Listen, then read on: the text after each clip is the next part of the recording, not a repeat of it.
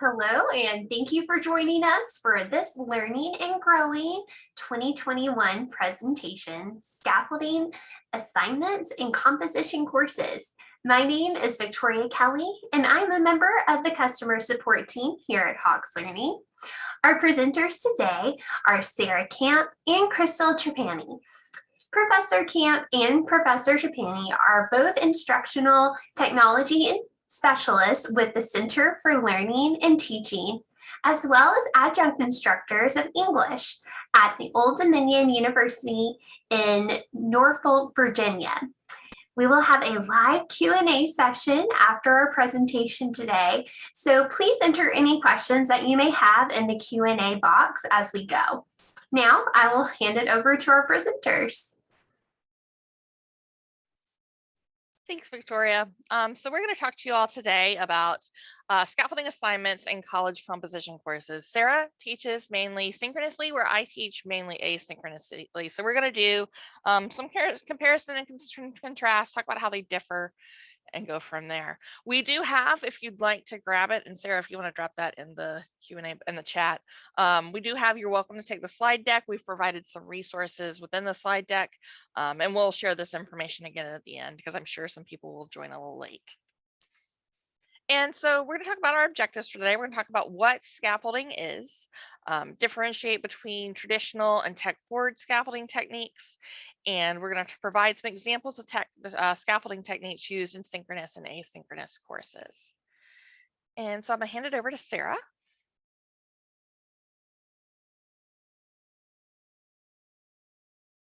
Sarah, are you? It would help if I unmuted myself.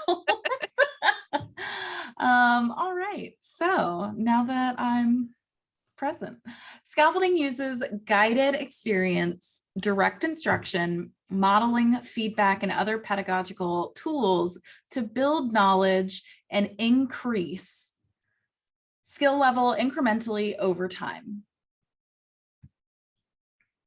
It encourages learners to put more reliance on the knowledge and skills they've accumulated through the process in order to get to the next level of understanding or comprehension. Now, scaffolding can refer to two similar but separate processes in terms of writing and research. First, moving from a simpler task to a more complex one through Bloom's taxonomy, whether through singular or sequential assignments. Or second, breaking a task down into smaller components, focusing on different aspects of course learning objectives. Now, effectively, scaffolding is chunking an assignment and giving a firm structure in a way that makes it more manageable for students.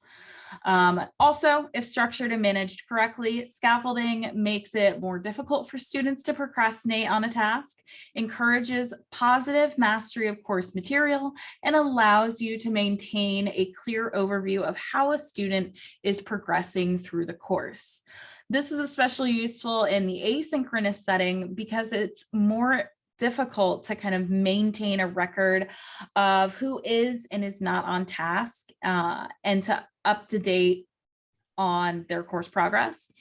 You can also reach out to a student who is behind and encourage them to get back on track prior to the submission of a project. Now, with that being said, we have traditional versus tech-forward scaffolding. So traditional scaffolding utilizes the aforementioned processes, putting them kind of in practice with standard or traditional synchronous learning techniques. So in the writing class, this could look like taking a particular project or assignment and breaking it down into its individual conceptual components, and then sprinkling in low stakes assignments to kind of concrete that process in the student's mind. Tech-forward scaffolding, on the other hand, blends scaffolding processes with technology.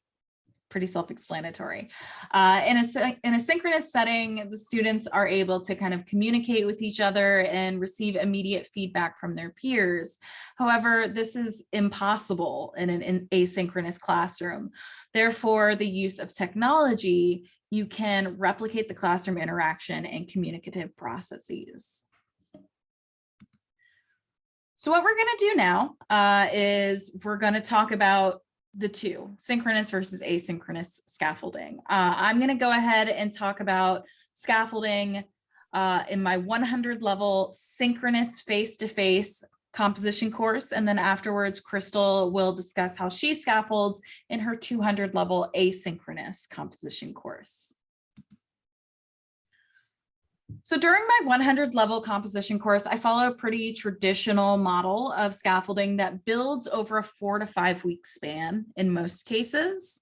I split it into these weeks. So week 1 is typically comprised of introducing the concept, going over samples, and introducing the assignment itself. So I begin the first class session by introducing the course concept in depth. So an example, evaluative or review essays, right? Then in the second class period, what I would do is then spend time going over typically 2 sample essays, connecting what we see in the sample to what constitutes a good or a bad example, using what we've discussed in the previous class about that concept.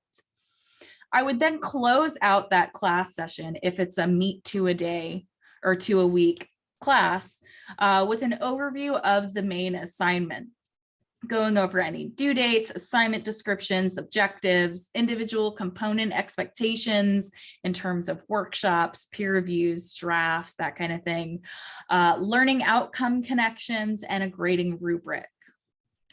That would then bring us into week 2, where I work on building a deeper connection with the course content. So this entire second week is dedicated to practicing the concept as a group. So for example, if we're working on writing reviews, we would all watch a short video together or look at a particular advertisement together, and then build out a list of evaluative criteria for the subject. From there, we would then work through those criteria as a group to come up with a polished group review by the end of the week. This particular week focuses on collaborative writing and communal discussions between students and the instructor. But it's important that the instructor maintain kind of a role of guidance in this step, rather than fully leading the trajectory of the practice writing, so that students can build on their knowledge with hands-on experiences. So this then brings us to week 3, and week 3 is dealing solely with workshopping, writing workshops. So this is where we transition into focused and structured workshops that, dependent on the assignment, can range in 1 workshop to 3 workshops. Keeping my same example going, in my review essay assignment, I have them work through 2 workshops. The first one is meant to basically have the student brain dump, get all of that basic information out and onto paper, what their subject is, what their I'm getting tongue-tied, evaluative criteria are, and have a tentative working thesis going. That then bridges into the second writing workshop that has them really build a solid foundation for their essay by working on introductions that would put forth kind of their authority on that subject, and then further develop their proposed thesis. And obviously, or not obviously, these workshops precede a predetermined deadline that has already been given to the students for a rough draft, so that they know they're working towards kind of that final rough draft, leading into week 4, which would be our peer review. So peer review in this instance is conducted in class. Students are asked to bring either printed copies of their rough draft, or they have the option to bring their laptops and have their draft in Google Docs. I split my class typically of roughly 19 students. I split them into about 5 groups, so that everyone is reviewing at least 3 papers, give or take. Now, with this, I provide a clear rubric for their peer review because I do grade their peer reviews, as well as instructions on how to conduct the peer review. So what kind of commentary I'm looking for, the type of suggestions that they should be making to one another versus what they shouldn't be doing. This is great comment is my least favorite, as I'm sure all of us dislike that one. As well as a follow-up form. So students are instructed to essentially go through the draft, leave comments on the physical or digital copy for each of their group mates. And then once they've completed that step, they fill out the follow-up form and provide the form to me. The full review session takes a full week.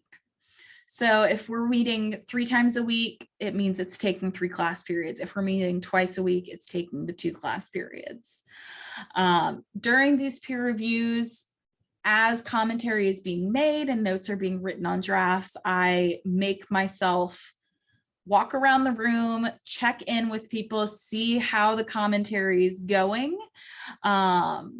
what kind of feedback is being left to kind of ensure that it's meaningful and that it's constructive. I try very hard to break that "I really like this essay" or "I really agree with this statement" comments from the freshmen as best as I can. So this would, in following week 4, lead up to revisions. So once the peer review sessions are complete, students are given 3 to 4 days to revise their essays based on the feedback that they've gotten from their peers before submitting their final draft. Once they've done that, they just load their paper into our institutional learning management system and wait for my feedback and a grade. Now, after that process, I do have the students do a reflection. So once they've received feedback and a grade from me, they have 1 week to respond to a reflective prompt. And this prompt typically requires them to look over the feedback that I've given them and determine kind of a plan of action for fixing those issues moving forward into our upcoming writing assignments. Now, as writing is an ongoing process and there's always work that can be done to kind of improve what we do, I do offer my students a revise and resubmit opportunity for all of their essays once I've returned final drafts back with the feedback and a grade. But this opportunity is limited to my students that have earned below an 86% on their final draft. Final note for synchronous courses. It's important to note that, during time of COVID, we now live in a time where synchronous online learning and course offerings are huge right now. So the process that I've talked about is for what I do with my face-to-face in-person classes. This process does change, as it should when you move it into an online setting like Zoom. So it's important to realize that you do have to put a bit more time into kind of building a community within your class.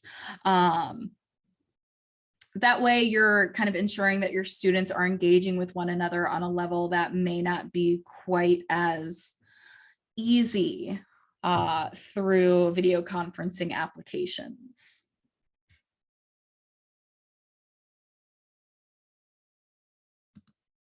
All right, so scaffolding is going to look a lot different in an asynchronous course. You can probably immediately notice that I have a lot more items in my list than Sarah had in hers.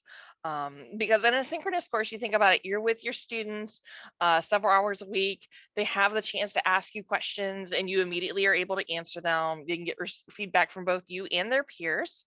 And you are able to kind of look at your students and tell if they're confused. You can look across the room when you're talking and you can see those looks of "I don't get it" going on, where I don't have that luxury because it's asynchronous.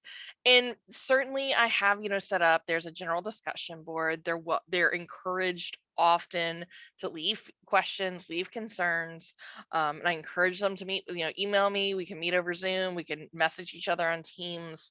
But the vast majority of them are never going to do that. Even though I've offered it to them, the opportunity is there, the door is open, they're more often than not never going to go through that door.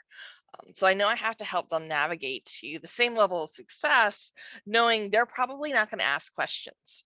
And so there's a lot more steps in the scaffolded assignment for an asynchronous course than there is for a synchronous course. So the first thing we're obviously going to do is introduce the concept. And when I introduce a major paper, there are kind of several ways. The first is they're going to do a reading. They're going to do some sort of reading that introduces them to the topic, such as, what is rhetorical analysis? And the next part is they're going to have an audio recording from me, or they can read the transcript. I offer it to them both ways, where I just provide kind of the general overview of the essay type, because I found that this helps kind of alleviate any of that kind of general confusion. And because I want them to have just a good, strong general idea of what the essay type is before they get into the interactive activity, which is going to be the second part. And I found that this kind of reinforcement, this is really important, because a lot of times they're not doing critical reading when I ask them to read. They're just reading, or they're skimming. So they're missing key concepts. And I have to make sure they've got that basic understanding down before they go into interactive pieces. Because if they're lost when they start that interactive lecture, the whole process just breaks down, because they effectively just give up. And then they are upset with the whole outcome. So the next part is they're going to do an interactive lecture. And we know from research that student engagement wanes very quickly after 6 minutes for video or audio recording. And unfortunately, it takes longer than 6 minutes to kind of explain in depth a lot of things. And if you think about your own course, I'm certain there are things you try to explain that it's going to take longer than 6 minutes. So I have to come up with a solution that is going to keep the students engaged, even though what I've got to talk to them about is going to take me probably half an hour or longer to explain. And so we know, the short recordings encourage the best course mastery, but I don't want to have just 6 5-minute videos. That's not going to work. That's just them clicking the next link. They're not going to learn anything from that. And so I've tried to kind of build lessons where students are able to listen to audio or review videos, or maybe to select tiles to get more information, and then complete a short kind of multiple choice, just very general question thing at the end, to just make sure they've got the basics of that argument type before they start writing. And this is actually where I give them participation credit, because if we're honest, it's very hard to calculate participation in an asynchronous course. It's not like in class and you could see who's sitting there texting on their phone or who's actually paying attention. I can't do that. So there has to be ways for me to kind of calculate, well, when are you doing course content? And so this interactive lecture is one of the ways I do that. I'm like, okay, you actually did this. You sat there, you answered the questions. And I'll be honest, the multiple choice questions, I have it set up, they can take it as many times as they'd like. So, and it counts the highest score. So it's even encouraging them if they, maybe they did zone out at some point during that interactive lecture and miss some things. They can go back and get that mastery, even though they missed it the first time. And also during that interactive lecture, they do get both the assignment sheet and the rubric, which is going to give them the entire process. And for those of you who grabbed the slide deck already, there actually is in the speaker notes, I have given sample examples of all of these assignment sheets. And please feel free to go look at them, peruse them, and use them if you need them.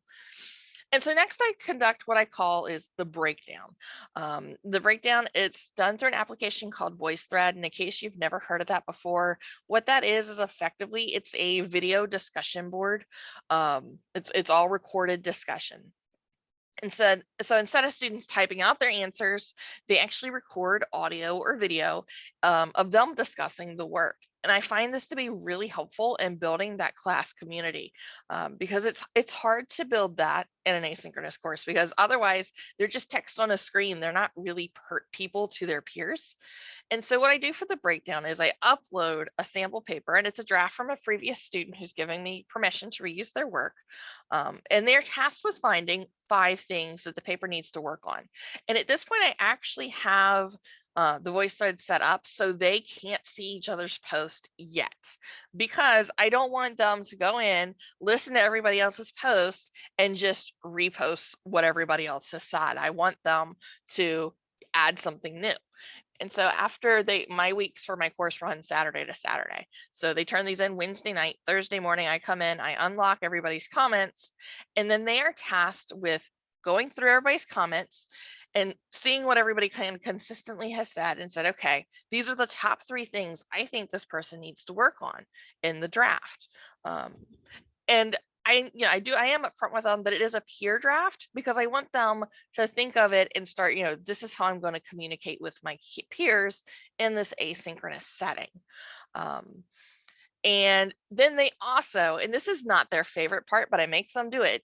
I make them, as they listen to everybody's response, they have to find somebody they disagree with. And the reason I do that is because if I don't, everybody's going to say, I completely agree. Because anybody who's ever looked at a discussion board and an asynchronous course knows there's no one who agrees more than a group of undergraduate students in an online discussion board. And there's also some other things that I kind of just found that I wasn't expecting with having them do this audio video feedback. And they actually, all of them leave really better feedback to each other. And my suspicion is that they're able to really kind of think about what they want to say before they say it. So they're able to kind of formulate their ideas without that pressure of all their peers being there. They're not worried about people judging them because, they can say it when they're ready. And like I said, it does also really help build that course community because community is so hard to build, but it's so important.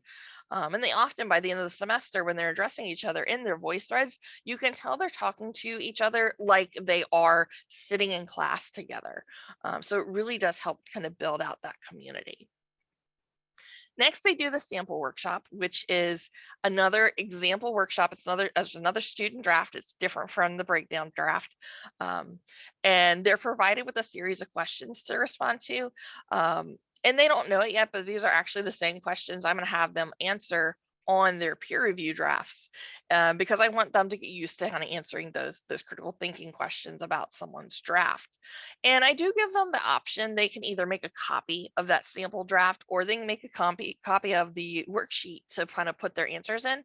And the reason I give them this flexibility is a lot of times we have to be inflexible in an asynchronous course for how we want stuff submitted. Just because, if we didn't give them any guidelines, it would be the Wild West of everyone turning things in.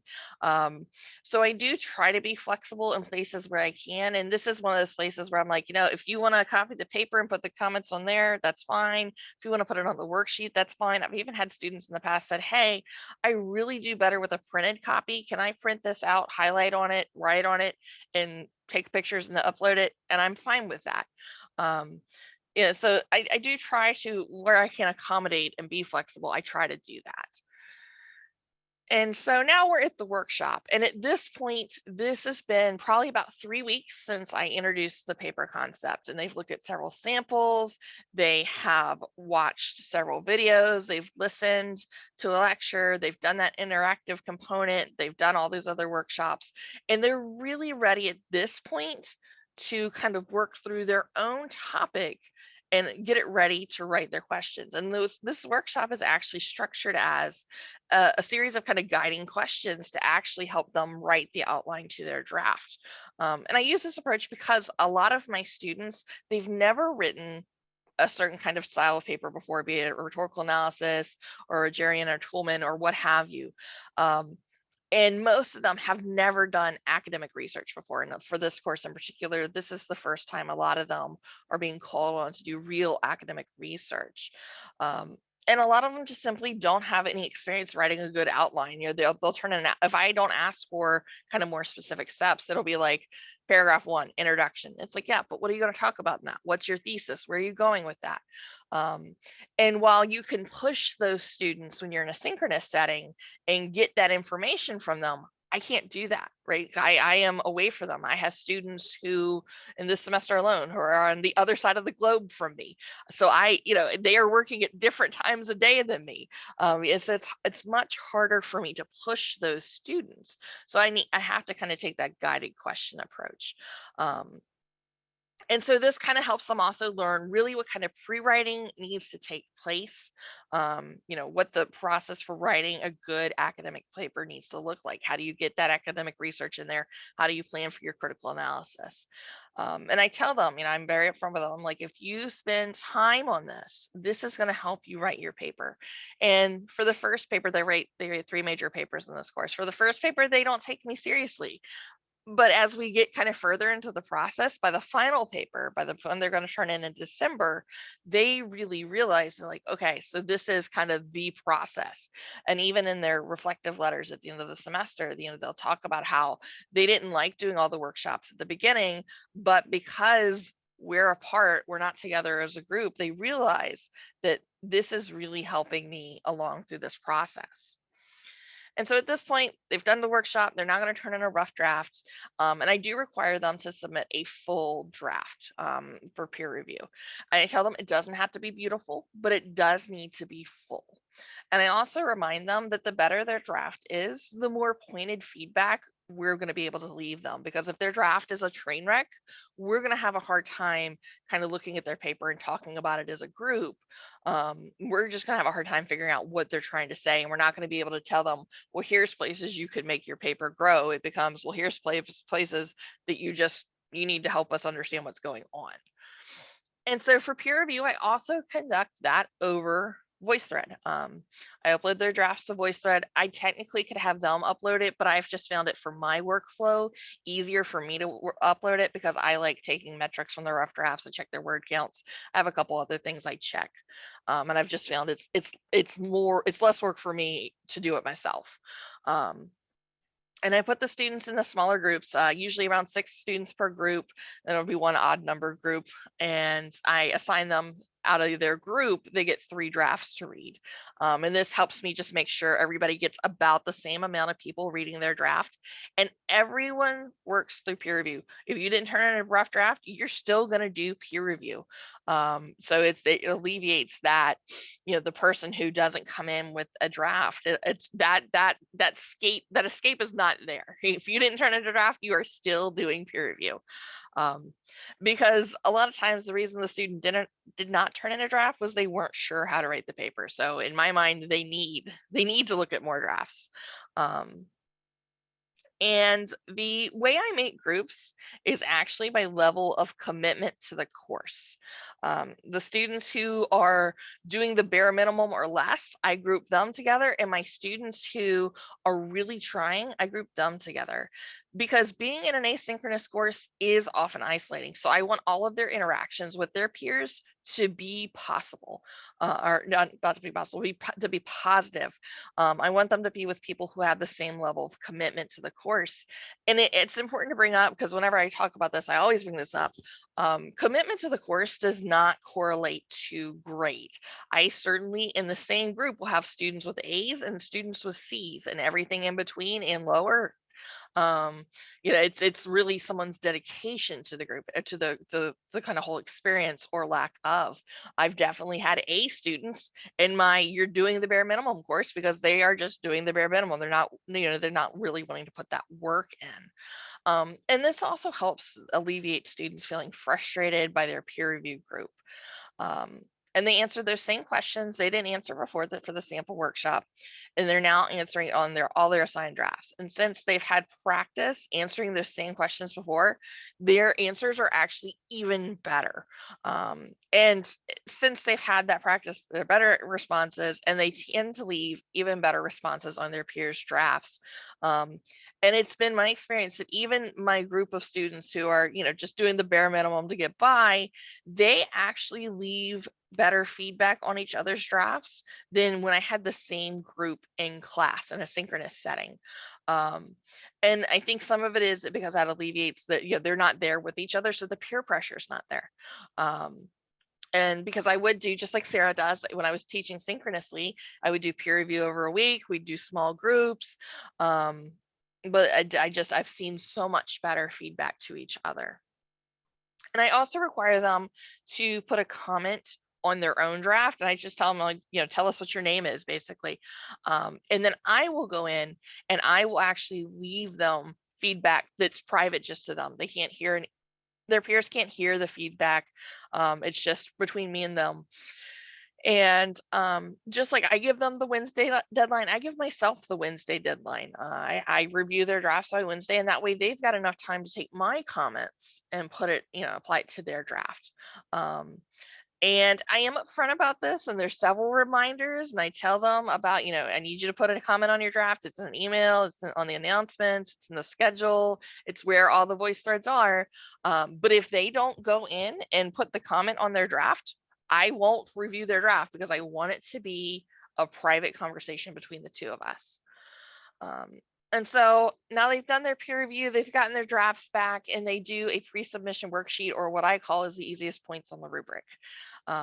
So prior to submitting their paper, they are actually going to complete a few steps. They're required to go through, they highlight their thesis statements, they explain how their topic sentence correlates to the thesis and the structure of the paragraph itself, and they highlight all their source material. And they just leave this as, they turn in as Google Docs, and they just leave it as margin notes. And the reason I do this is actually twofold. The first is it forces them to get a really good critical review of their work. It makes sure they have sound paper structure and that they haven't overused source material. It kind of forces them to do just the bare minimum proofreading, because we've all had the student who just paper's done, press submit, they never read it after they wrote it. So this does force them to at least give a cursory glance. It's far more efficient for me to grade. They're showing me where their sources are. They're showing me what they meant their thesis to be. They're showing me what they meant to do in the paragraph. And so I don't have to spend nearly as much time kind of trying to figure out where things are, or what the purpose of something is, or, what was a paragraph trying to do that it just didn't make it there. And this has also cut down on my "why did I earn this grade" emails, because they know before they submit a paper if it was good or not. They know. They might try to tell you they don't know, but they know if their paper is good once they wrote it. And so because I forced them to take this evaluative look at their paper, I don't get as many as email complaints as I used to about why did they get this, whatever grade it was. And so for the final draft, they've turned it in, they've got their peer review back.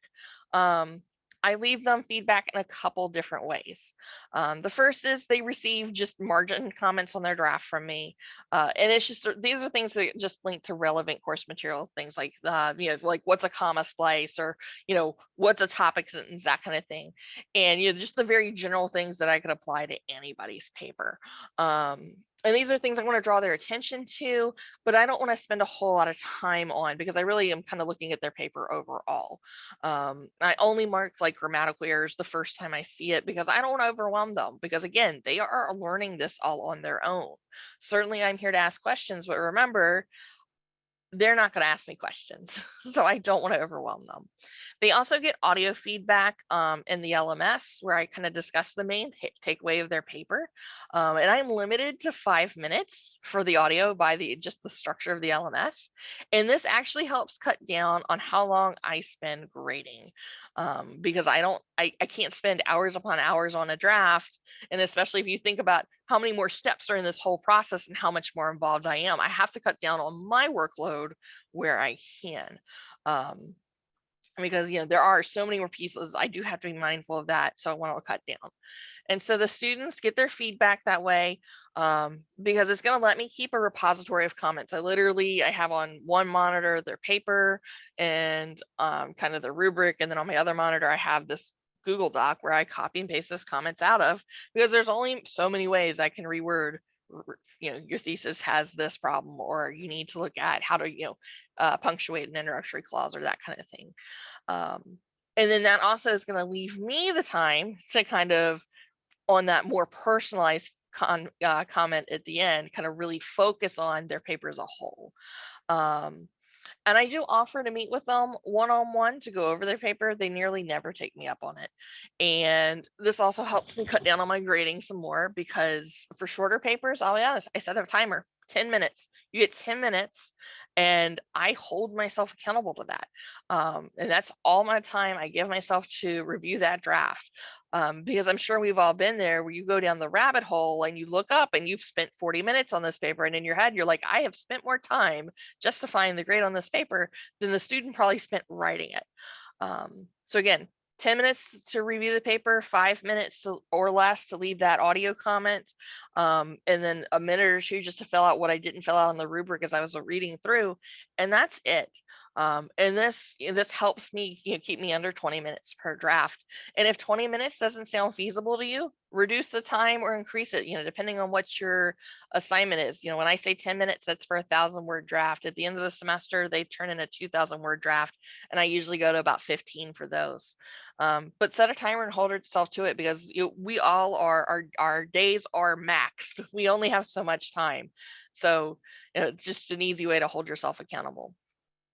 And so next we go to reflection.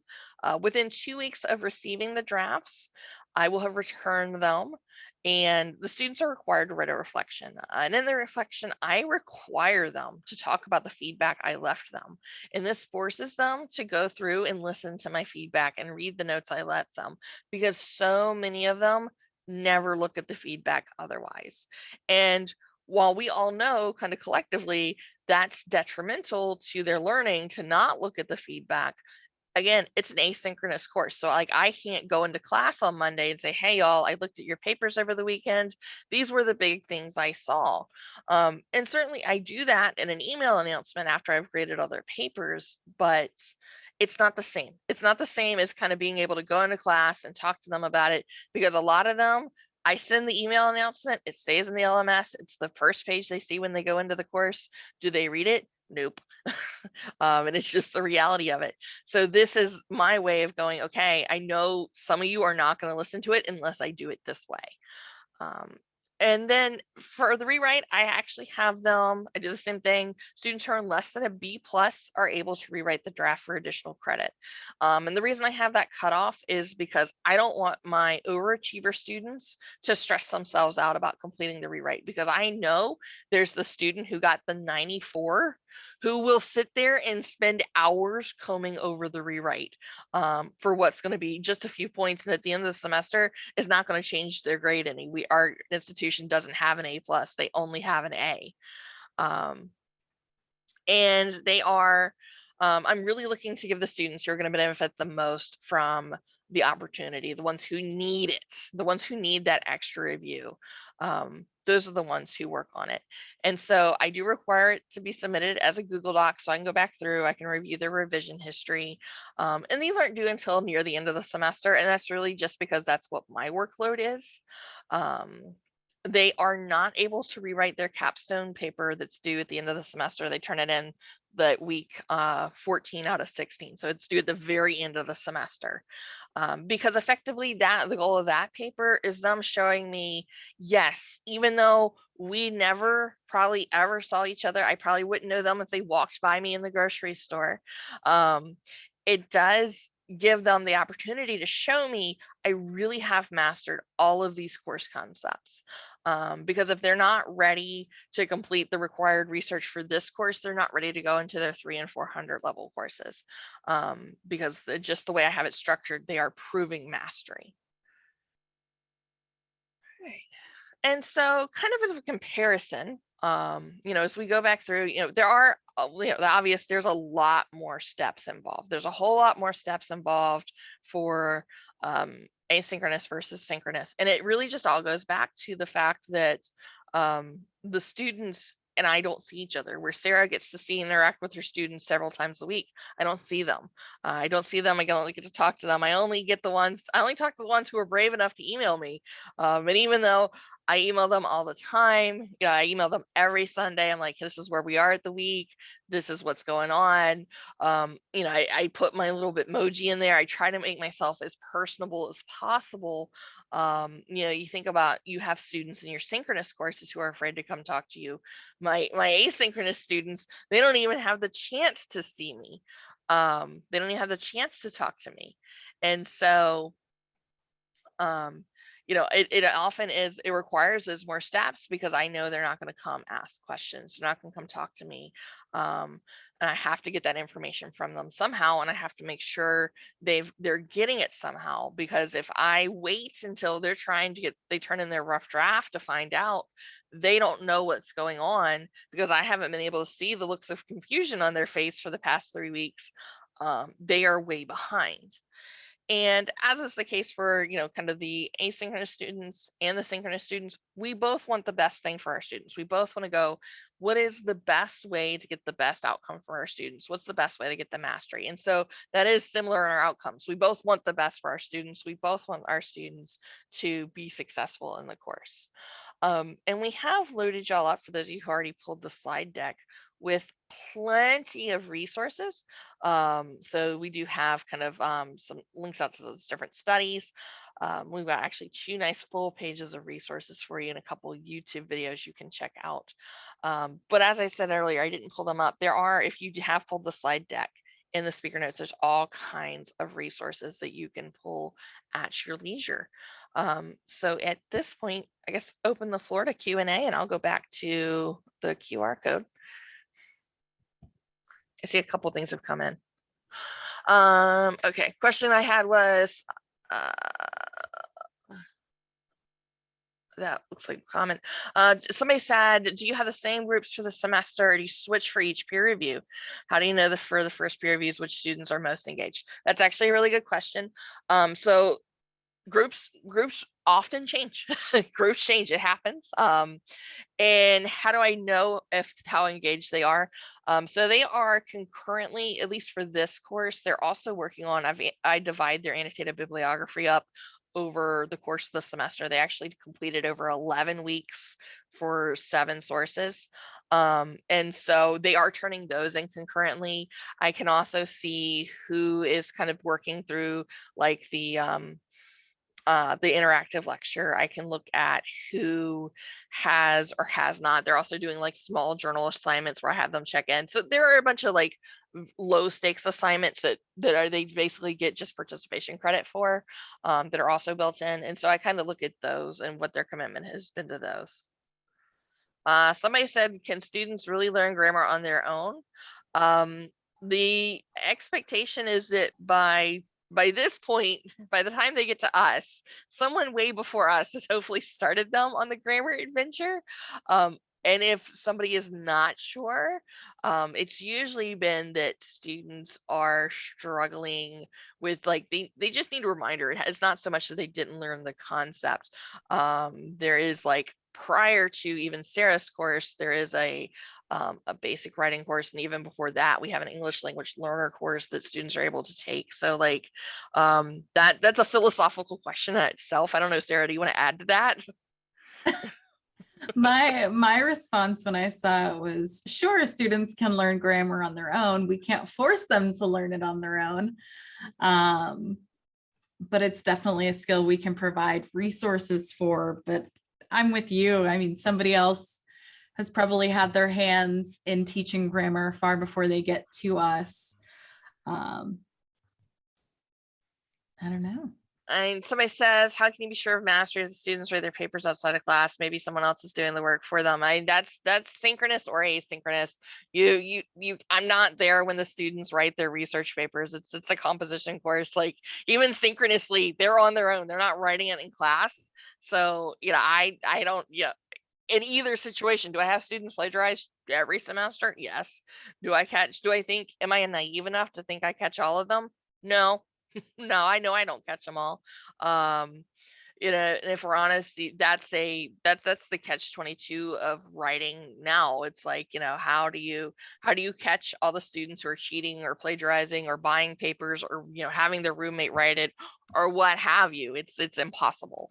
The best you can do is just try, but I mean that doesn't matter, synchronous or asynchronous. There's always going to be somebody looking to game the system. That's just how it works. Students have access to the writing support center. Yes, our students do have access to our writing center. Doesn't matter if they are synchronous or asynchronous. Our university have access to the writing center. Students can meet with a writing tutor synchronously or asynchronously. They do have that option. So even if we have students who are on the other side of the globe from us, who are not local to Norfolk, they certainly can still meet with a writing tutor. So somebody says, how do you feel about incorporating of grammar lessons into the scaffolding area? In my area, most students have not been taught grammar techniques. Sarah, do you want to, since that's more of a 110 thing, do you want to take that one? Okay, so I kind of gauge it at the beginning of the semester. So when I, excuse me, when I start the semester, I have my students do a writing diagnostic, and based off of what I get in that diagnostic, let's say, the overwhelming amount of students in the class have issues with comma splices or few sentences, then I'll go ahead and I'll have, let me rewind. The first week I'll have them do the writing diagnostic, and then the second week I'll have kind of reserved for, okay, these are some concepts that we need to revisit before we actually get into the course content, going into different genres of writing, because I do want to make sure that they have a solid kind of foundation to work with for their writing, so that I'm not constantly going back and saying, oh, here's, you have 15 comma splices in a paper. That can get a little bit exhausting. I hope that answers the question. Yeah, and to kind of piggyback off of what Sarah said, Sarah generally teaches the 100 level course, where I generally teach the 200. The 100 is really the handoff to the 200, where the 200 is the handoff to students going into 300 and 400s. And so that's kind of why I turned it over to her, because I typically don't teach that 100 level class so much. But the expectation is that 110 is meant to kind of basically get everybody ready to go into the 200, because in 110 you will have students who took AP in high school and they didn't get college credit for whatever reason, and then you have students who are coming out of basic writing, who need that kind of extra boost. And so the expectation is that by the time they get to that 200, they'll be a bit more caught up. So generally, my feedback to students, if I really see they're struggling with something, is basically I'll send them either a note in their paper, or they'll get an email that basically says, hey, I noticed you're really struggling with this. I really want to encourage you, either go to the writing center or come, if you're not comfortable talking to me, or meet with me, but I really want to get you caught up. Because within the way my course in particular is structured, because they write a Rogerian, a Tolman, rhetorical analysis, and an annotated bibliography, there's not time for me to work anymore in. So that's something I actually would have to work with that student on the side with. So I hope we answered your question. I think we did. Can you please put the URL? So I put in the chat link to the presentation and resources. It's that bit.ly link that I put at the beginning of the presentation as well. So that is available. Were there any other questions? There's a comment in the Q&A, but it's not really a question. I think somebody was just talking, just having general chatter. So while Chrystal was presenting, somebody asked, how many papers do the students write in your courses? And does the last paper get a rewrite? I had written into the chat that my freshmen typically are tasked with 3 high stakes essays. So I have them do a review essay, a definition essay, and then a research proposal. And then the 4th essay tends to be a reflective piece that they have to do. So the 4th piece, they do not get a revise and resubmit. It's also a reflection. So, it's a bit different than one of the 3, high stakes pieces. And Chrystal, I believe you went over, they don't get a revise and resubmit for their capstone. Just for that final paper. Because if they can't effectively write that paper, they are going to significantly struggle when they go to a 300 and 400 level course. If they are not able to do the research and synthesis, I would actually be doing them a great disservice to go ahead and pass them, because they wouldn't be academically ready. I've had students come to me because they usually hate me by midterms. They usually hate my stinking guts. But I've had many students come to me, I've seen them on campus or in the hall, when I was teaching synchronously, and they were like, I hated your class when I took it, but I'm so glad I'm so glad I did, because you really prepared me, and I have peers who are struggling. All right, we got a question. It says, when do you feel is the proper time to introduce MLA and APA format into your courses? I tend to introduce it into Comp 1, but it's supposed to be introduced and refined in Comp 2. I find that in Comp 2, they already have bad habits from their previous experiences, so I have to undo a lot of those habits. Yes, as the one that predominantly teaches the 100 levels, I always introduce MLA and APA into my 100 level courses, and I give them as many take-home resources that they can easily pull up as possible going into the 200 level, because I know my students are going on to Chrystal, who will be a little upset when they don't know all of the rules.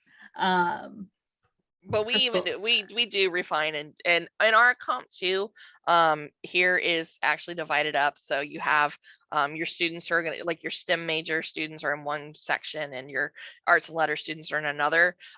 So I know there are some people who do both MLA and APA in the 200 course that I generally teach, but I just do MLA. But I know there are people who do both, but generally that's kind of the spread. Like the course where it makes more sense for it to be, most students are going to need APA, they do APA, where the 200 I normally teach is MLA. And I still go over it. They do, I call it weekly citation practice, and it's a lot of work for me, I'll be honest. I go in, I find an article from the database, and I give them the information to go find that article, because I've also got to teach them those research skills. I give them the information. Okay, here's the article I want you to find. Here's the database I want you to use, and you have to cite it. And then I actually, the next week, they'll turn that in. This is actually something that counts as their participation. The next week, after they've turned it in, I actually give them a video of me showing them, this is where I found the article, this is how you found it, this is how you should cite it. But like I said, it is a lot of work. I have had people ask me about it, and they're like, oh, that's a lot of work, because as we know, articles disappear, you lose access to them. So I actually have to go back through every semester and check them. But yeah, I will still be fixing MLA issues throughout the semester. And I'll be honest, there's been students when I used to teach both the 100 and the 200, I'd teach them the basics in 100, and they'd show up in 200, and they would be like, they forgot everything we talked about. And I'm like, no, we talked about this like 3 weeks ago. What happened? How do you feel about the trend for citations, works cited, and references just being a list of URLs? I've asked multiple students about this, and they've consistently said that's how they were taught in high school. I don't know I'll let Sarah jump in, but I'll kind of grab this. Like, one of the course objectives for the 200 course is that they will learn each citation style here. And if they turn in a works cited page, it's a list of just URLs, they are not going to be happy about the points they get on the rubric. Oh no, that is one of being the one who gets all those incoming freshmen that have been told in high school, this is what you do. I try really hard to break that habit by having them, like Chrystal does, do citation practices. But even it's part of the reason why I have them do a research proposal. Part of the research proposal is doing an annotated bibliography.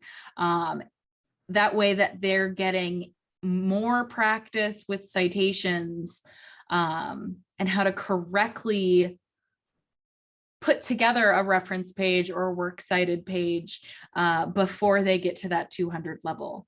I know sometimes it can feel draconian, but like at the same time, everybody has stuff at work they don't particularly like to do, but they have to do it right because it's part of their job.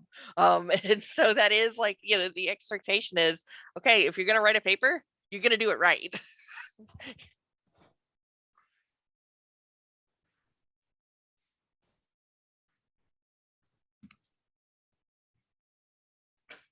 Sarah and Chrystal, can you hear me? Yes. Yes. Oh my goodness. Okay, I've been clicking and have not been able to really open any of the Q&A boxes or anything like that. So that's why I was silent the whole time. So thank you all for taking away the Q&A. You handled it wonderfully, and sounds like we had so many great questions. I'm glad I got to hear them even though I couldn't see them. Did we have any more questions come in?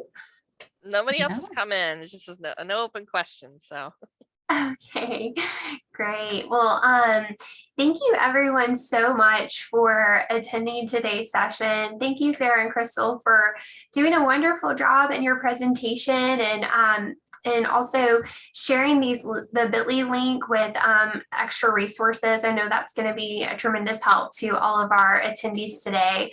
Everyone, we have recorded the session today, and we will be sharing the recording with everyone who attended today's session.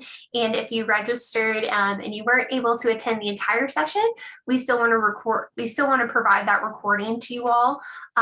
So we will be sharing that with you, and you can always share that with your colleagues as well. But thank you again, Sarah and Chrystal. Today was just so informative, so helpful, and it sounds like we were able to really get a lot of great ideas and takeaways.